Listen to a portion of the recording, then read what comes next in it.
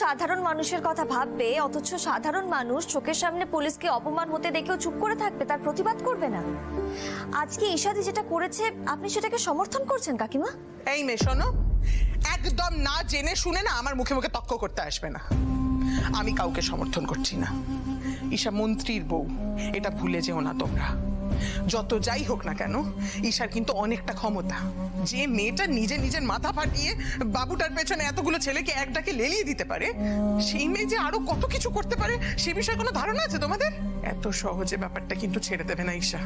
আর জল যদি আরো ঘোলা হয় তার দায়িত্ব কে নেবে? পড়না তুমি? কাকিমা আপনি এতটা চিন্তা কেন করছেন? সৃজনদা তো কিছুই করেনি, আমি ছিলাম সাক্ষী তার। ওই ঈশাদি জলঘোলা করবে কি করে শুনি? এই মেয়ে, তুমি নিজেকে সব জানতে মনে করো না? বাবা, ঈশা যে কি সাংঘাতিক মেয়ে আর ও যে কি কি করতে পারে সে বিষয়ে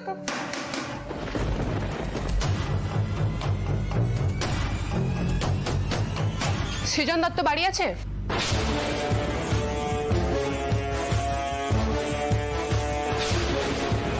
কি ব্যাপার, পুলিশ সৃজনকে খুঁজছে? আর ওই ছেলেগুলোই বা কারা? ওরা তো ঈশাদির দলের ছেলে, ওরা এখানে কি করছে? ওই দেখুন ম্যাডাম, ওই যে ওই ছেলেটা এখন বাড়িতে এসে গা ঢাকা দিয়ে আছে। ওনাকে গাড়িতে তোলো। এক মিনিট দাঁড়ান, কি হয়েছে একটু পরিষ্কার করে বলবেন প্লিজ? সৃজন দত্তের নামে অভিযোগ আছে। অভিযোগ? সুকুমার হালদারের স্ত্রী ঈশা হালদারকে অ্যাটেম্প টু মার্ডার শ্রীলতানির দায় সৃজন দত্তের নামে অ্যারেস্ট ওয়ারেন্ট আছে। না!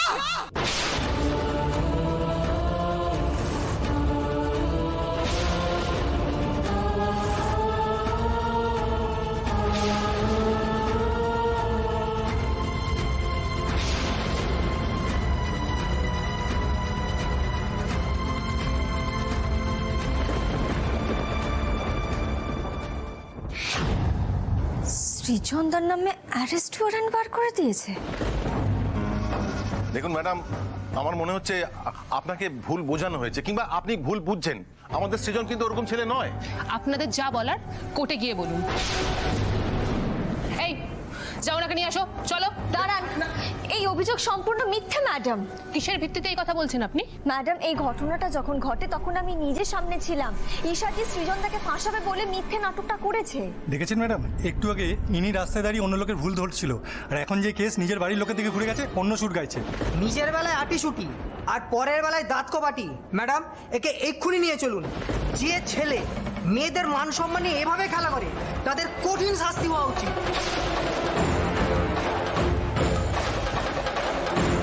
এই নিয়ে চলো।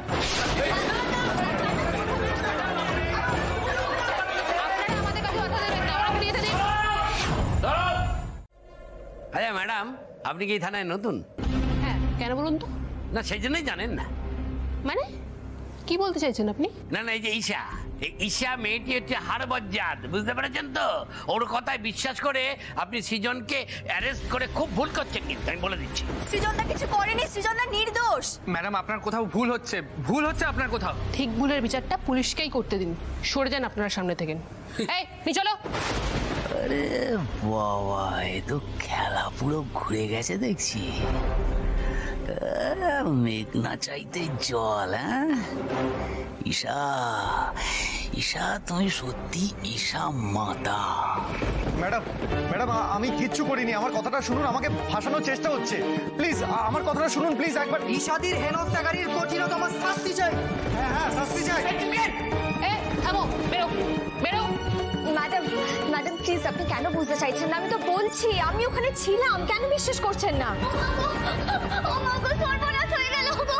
আমার স্বামীকে ছেড়ে দাও গো, ওকে কোথাও নিয়ে যেও না গো। ও বড় ভালো মানুষ, আমার স্বামীকে ছেড়ে দাও। আমি বলছি শুনুন, ও বড় ভালো মানুষ, আমার স্বামীকে ছেড়ে দাও। কি করছেন?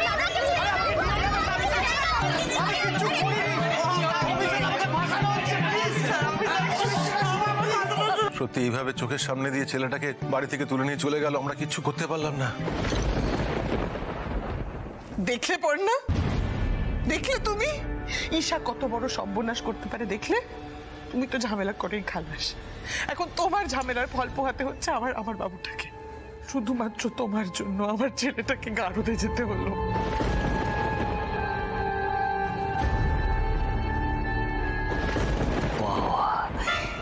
ঈশা তো মুখ্যম দেওয়াই দিয়েছে। নকল টাকার কেসটা থেকে ঈশা খেপেছিল, তার উপরে ঈশাকে আবার ক্ষমা চাইয়েছিল পর্ণা। এবার বুঝবে তুমি পর্ণা, ঈশার সাথে লেগে তুমি মোটেও ঠিক কাজ করনি। এবার হাড়ে হাড়ে টের পাবে। কাকিমা, আমি আপনার দিকটা বুঝতে পারছি। এই সময় মাথা ঠান্ডা রাখাটা খুবই মুশকিল, কিন্তু আপনি একটু ভরসা রাখুন। আমরা সবাই মিলে সৃজনদাকে ঠিক বাড়িতে ফিরিয়ে আনবো। যে অপরাধ সৃজনদা করেনি তার শাস্তিও পাবে না। আর কি করবে? আর কি করার বাকি রইলো বলো? আরে বাবা, ঈশা মন্ত্রীর বউ, ঈশার অনেকটা ক্ষমতা। এইবারে ঈশা আমার বাবুটার জীবনটা একেবারে শেষ করে দেবে, আর তার জন্য দায়ী হবে তুমি। অদ্ভুত কথা বলছো অর্ণব। শুনলে তো যে দাদাকে পুলিশে তুলে নিয়ে গেছে। বাড়ির সবাই অত্যন্ত টেনশন করছে, এখন আমাকে বাড়িতে থাকতেই হবে, আমি আসতে পারবো না। কি করে আসবে না আসবে আমার জেনে লাভ নেই বর্ষা। আমি যখন বলছি তখন আসবে, ঠিক আছে? আর এমনিতে তো তোমার বাড়িতে সবাই ক্রিমিনাল, আজ এ তো কালো, একে একে করে সবাই চলে যাচ্ছে। আর কি গো, বাকি আছে চলে যেতে? অর্ণব, অর্ণব, লিমিটটা ক্রস করো না কিন্তু। বর্ষা এইভাবে কথা বলছে কেন? গলাবাজি করো না বর্ষা, একদম গলাবাজি করো না। তোমার বাড়ির লোক কেচ্ছা করে আসবে, তুমি আমার লিমিট শিখাচ্ছ। বর্ষা, আমি যখন বলেছি তখন তুমি বাড়ি আসবে ফেরত।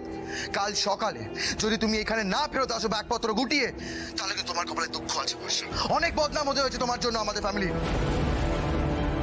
এমনিতেও বিয়ের পর থেকে দুঃখ ছাড়া আর কি পেয়েছি আমি তোমাদের বাড়ি থেকে?